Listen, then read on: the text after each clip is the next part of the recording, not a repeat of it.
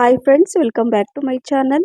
Instant paddu. ಹೌದು friends, ಬೆಳಗಿನ ಗಡಿಬಿಡಿಯಲ್ಲಿ ಕೆಲವೊಂದ್ಸಲ ನಾವು ಅಕ್ಕಿ ಮತ್ತು ಉದ್ದಿನ ಬೇಳೆ ಏನು ನೆನೆಸಿಲ್ಲಪ್ಪ, ಏನು ಮಾಡೋದು ಅಂತ ಯೋಚನೆ ಮಾಡ್ತಾ ಇದ್ರೆ ನಾವು ಈ ಸಲ ಈ ಪಡ್ಡು ರೆಸಿಪಿನ ಮಾಡ್ಬೋದು. ಹೌದು, ಈ ಪಡ್ಡು ತುಂಬ ಚೆನ್ನಾಗಿರುತ್ತೆ. ಇದಕ್ಕೆ ಚಟ್ನಿ ಕೂಡ ಬೇಕಾಗಿರಲ್ಲ, ಅಷ್ಟೊಂದು ರುಚಿಯಾಗಿರುತ್ತೆ. ಬಿಸಿ ಬಿಸಿ ಪಡ್ಡು ಹೊಟ್ಟೆ ತುಂಬುತ್ತೆ, ಆದರೆ ಇನ್ನೂ ತಿನ್ನಬೇಕು ಅಂತ ಅನಿಸುತ್ತೆ. ಚಿಕ್ಕ ಮಕ್ಕಳಿಂದ ಹಿಡಿದು ದೊಡ್ಡರು ಎಲ್ಲರೂ ಇಷ್ಟಪಟ್ಟು ತಿನ್ನುವಂತಹ ಈ ರೆಸಿಪಿ ಆದರೆ ಕೇವಲ 30 ನಿಮಿಷದಲ್ಲಿ ಮಾಡ್ಬೋದು. ಮತ್ತು ತುಂಬ ಸಿಂಪಲ್ ಆದ ಒಂದು ಚಟ್ನಿ ಕೂಡ ಮಾಡಿದ್ದೀನಿ. ಬನ್ನಿ ಯಾವ ರೀತಿ ಮಾಡೋದು ಅಂತ ನೋಡೋಣ. ಇಲ್ಲಿ ನಾನು 1 ಕಪ್ಪಷ್ಟು ಅವಲಕ್ಕಿನ ನೆನೆಸ್ಬಿಟ್ಟು ಒಂದು ಸ್ವಲ್ಪ ಅಂದರೆ 2ರಿಂದ 3 ಟೈಮ್ ತೊಳೆದು ಸ್ವಲ್ಪ ನೀರು ಹಾಕಿ ನೆನೆಸ್ಲಿಕ್ಕೆ ಇಡ್ತೀನಿ. ಸೊ ಈಗ ಅವಲಕ್ಕಿ ನೆನೆಯೋದ್ರೊಳಗೆ ಈಗ ಇಲ್ಲಿ ಒಂದು ಮಿಕ್ಸಿ ಜಾರಲ್ಲಿ ನಾನಿಲ್ಲಿ ಇನ್ಸ್ಟೆಂಟ್ ಅಂತ ಹೇಳಿದ್ದೀನಲ್ವ, ಹಾಗಾಗಿ ಇಲ್ಲಿ ಸೂಜಿ ತೊಗೊಂಡಿದ್ದೀನಿ 2 ಕಪ್ಪಷ್ಟು.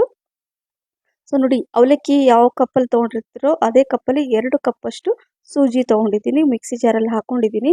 ಸೊ ಈಗ ಒಂದು 5ರಿಂದ 10 ನಿಮಿಷ ಅದು ಅವಲಕ್ಕಿ ಕೂಡ ನೆಂದಿದೆ. ಈಗ ನೆಂದಿರೋಂಥ ಅವಲಕ್ಕಿನ ಹಾಕ್ಕೊಂಡು ಇಲ್ಲಿ ಮಜ್ಜಿಗೆ ಹಾಕೋತಾ ಇದ್ದೀನಿ, ಅಥವಾ ನೀವು ಮೊಸರು ಕೂಡ ಹಾಕೋಬೋದು.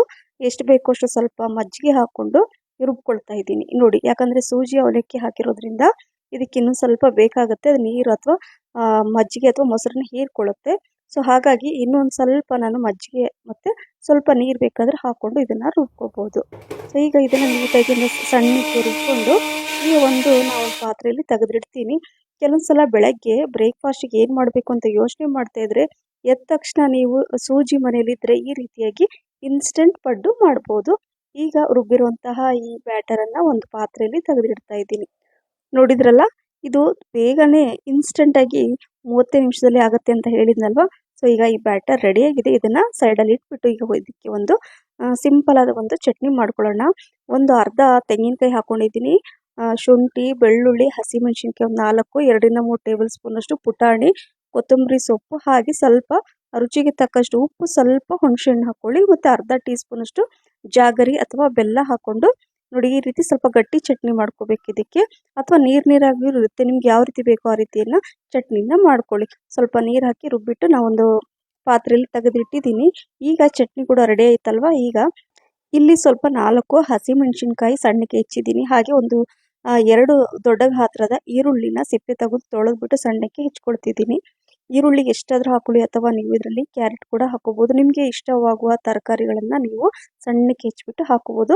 ಕೊತ್ತಂಬರಿ ಸೊಪ್ಪು ಸ್ವಲ್ಪ ಚೆನ್ನಾಗಿ ತೊಳೆದು ಸ್ವಲ್ಪ ಜಾಸ್ತಿ ಪ್ರಮಾಣದಲ್ಲಿ ಹಾಕೊಳ್ತಾ ಇದ್ದೀನಿ, ತುಂಬ ಚೆನ್ನಾಗಿರುತ್ತೆ ಈ ರೀತಿ ಮಾಡೋದ್ರಿಂದ. ಹಾಗೆ ಸ್ವಲ್ಪ ಪುದೀನ ಕೂಡ ತೊಳೆದ್ಬಿಟ್ಟು ಸಣ್ಣಕ್ಕೆ ಹೆಚ್ಕೊಳ್ತಾ ಇದ್ದೀನಿ. ಕೊತ್ತಂಬರಿ ಪುದೀನ ಆ ಫ್ಲೇವರ್ ತುಂಬ ಚೆನ್ನಾಗಿರುತ್ತೆ. ಕೆಲವೊಂದು ಸಲ ಚಟ್ನಿನೇ ಬೇಡ ಹಾಗೆ ತಿನ್ಬಿಡ ಅಂತ ಕೂಡ ಅನಿಸುತ್ತೆ, ಅಷ್ಟು ರುಚಿಯಾಗಿರುತ್ತೆ ಇದು. ಹಾಗಾಗಿ ಸಿಂಪಲ್ ಆದ ಒಂದು ಚಟ್ನಿ ಮಾಡಿರೋದು. ಈಗ ಹೆಚ್ಚಿರುವಂಥದ್ದು ಹಸಿಮೆಣಸಿನ್ಕಾಯಿ ನೋಡಿ ಈ ಥರ ಹಾಕೊಳ್ತಾ ಇದ್ದೀನಿ, ಮತ್ತು ಈರುಳ್ಳಿ, ಆಮೇಲೆ ಕೊತ್ತಂಬರಿ ಸೊಪ್ಪು, ಪುದೀನ ಸೊಪ್ಪನ್ನು ನಾನು ಹಾಕ್ಕೊಂಡು ಮಿಕ್ಸ್ ಮಾಡ್ಕೊಳ್ತೀನಿ. ಸೊ ಈಗ ಇದಕ್ಕೆ ರುಚಿಗೆ ತಕ್ಕಷ್ಟು ಉಪ್ಪು ಕೂಡ ಹಾಕ್ಕೋಬೇಕು. ನಂತರ ಇಲ್ಲಿ ನಾನು 1 ಚಿಟಿಕೆ ಅಥವಾ 1-2 ಚಿಟಿಕೆ ಕುಕ್ಕಿಂಗ್ ಸೋಡಾ ಅಥವಾ ಅಡುಗೆ ಸೋಡಾನ ಹಾಕ್ಕೋಬೇಕು. ಯಾಕಂದರೆ ಇನ್ಸ್ಟೆಂಟ್ ಮಾಡ್ತಾ ಇರೋದ್ರಿಂದ ನಾವು ಹಾಕ್ಕೋಬೇಕು. ಬೇಡಪ್ಪ ನಾವು ಯೂಸ್ ಮಾಡಲ್ಲ ಅಂದರೆ ಸ್ಕಿಪ್ ಕೂಡ ಮಾಡ್ಬೋದು. ಈಗ ಮಿಕ್ಸ್ ಮಾಡಿಕೊಂಡು ಇಲ್ಲಿ ನಾನು ಏನು ಪಡ್ಡು ಹಂಚನ್ನು ಇಟ್ಕೊಂಡಿದ್ದೀನಿ. ಸೊ ಈಗ ಸ್ವಲ್ಪ ಬಿಸಿ ಆಗಲಿ, ಬಿಸಿ ಆದಮೇಲೆ ಸ್ವಲ್ಪ ಎಣ್ಣೆ ಹಾಕ್ಕೊಳ್ತಾ ಇದ್ದೀನಿ. ಇಲ್ಲಿ ನಾನು ಕೊಬ್ಬರಿ ಎಣ್ಣೆನ ಯೂಸ್ ಮಾಡ್ತಾ ಇದ್ದೀನಿ. ಸ್ವಲ್ಪ ಸ್ವಲ್ಪ ಎಣ್ಣೆ ಹಾಕ್ಕೊಂಡು ಸ್ವಲ್ಪ ಹಂಚು ಕಾದ್ಮೇಲೆ ಮೀಡಿಯಂ ಫ್ಲೇಮಲ್ಲಿ ಅಥವಾ ಲೋ ಫ್ಲೇಮಲ್ಲಿ ಇಟ್ಕೊಂಡು ಬ್ಯಾಟರನ್ನು ಇದರಲ್ಲಿ ಹಾಕ್ಕೋಬೇಕಾಗತ್ತೆ. ಈ ರೀತಿ ಫಿಲ್ ಮಾಡಬೇಕು. ಹೈ ಫ್ಲೇಮಲ್ಲಿ ಇಟ್ಬಿಟ್ರೆ ಏನಾಗುತ್ತೆ, ಸುಟ್ಟೋಗುತ್ತೆ, ಕಲರ್ ಅಷ್ಟು ಚೆನ್ನಾಗಿರಲ್ಲ, ಒಳಗಡೆ ಹಸಿ ಹಸಿ ಇರುತ್ತೆ. ಅದಕ್ಕೆ ಸಿಮ್ಮಲ್ಲೇ ಇಟ್ಕೊಂಡು ಇದನ್ನು 1-2 ನಿಮಿಷ ಮುಚ್ಚಿಡಿ. ನಂತರ 1-2 ನಿಮಿಷದ ನಂತರ ತೋರಿಸಿ ನೋಡಿ ಎಷ್ಟು ಚೆನ್ನಾಗಿ ಕಲರ್ ಬಂದಿದೆ ಅಲ್ವಾ. ಈ ರೀತಿಯಾಗಿ ಅಂದರೆ ಸಿಮ್ಮಲ್ಲೇ ನೀವು ಇದನ್ನು 1-2 ನಿಮಿಷ ಮುಚ್ಚಿಟ್ಬಿಡಿ, ಕಲರ್ ತುಂಬ ಚೆನ್ನಾಗಿ ಬರುತ್ತೆ, ಮತ್ತು ಒಳಗಡೆ ಕೂಡ ನೀಟಾಗಿ ಕುಕ್ ಆಗುತ್ತೆ. ಹಾಗಾಗಿ ಇದೇ ರೀತಿಯಾಗಿ ನಾನು ಎಲ್ಲ ಪಡ್ಡು ಮಾಡಿ ನಾನು ಇಟ್ಕೊಳ್ತಾ ಇದ್ದೀನಿ. ಈ ಪಡ್ಡಿಗೆ ನೀವು ಚಟ್ನಿ ಬೇಕಾದರೂ ನೀವು ಯೂಸ್ ಮಾಡ್ಬೋದು, ಅಥವಾ ಚಟ್ನಿ ಇಲ್ಲಾಂದರೂ ಕೂಡ ಹೊಟ್ಟೆ ತುಂಬ ತಿಂತೀರ, ರುಚಿ ಮಾತ್ರ ಸೂಪರ್ ಅಂತ ಹೇಳ್ಬೋದು.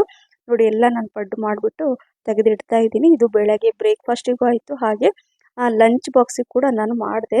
ಹಾಗಾಗಿ ಮಕ್ಕಳಿಗಿದು ತುಂಬಾ ಇಷ್ಟ ಆಯಿತು. ನೋಡಿ ಈ ರೀತಿಯಾಗಿ ಇವ್ರಿಗೆ ಬಿಸಿ ಬಿಸಿ ನಾನು ತಿನ್ನಲಿಕ್ಕೆ ಕೊಟ್ಟೆ, ಇಷ್ಟಪಟ್ಟು ತಿಂದು ಲಂಚ್ ಬಾಕ್ಸಿಗೆ ಕೂಡ ತೊಗೊಂಡೋದ್ರು. ನೋಡಿ ತೋರಿಸ್ತೀನಿ ನಾನು, ಎಷ್ಟು ಚೆನ್ನಾಗಿದೆ ಅಂದರೆ ಹೊರಗಡೆಯಿಂದ ಕ್ರಿಸ್ಪಿ, ಒಳಗಡೆ ಅಷ್ಟೇ ಬಿಸಿ ಬಿಸಿ, ಅಷ್ಟೇ ಹತ್ತಿ ಥರ ಸಾಫ್ಟ್ ಆಗಿದೆ. ರುಚಿ ಮಾತ್ರ ಸೂಪರ್ ಅಂತ ಹೇಳ್ಬೋದು ಫ್ರೆಂಡ್ಸ್.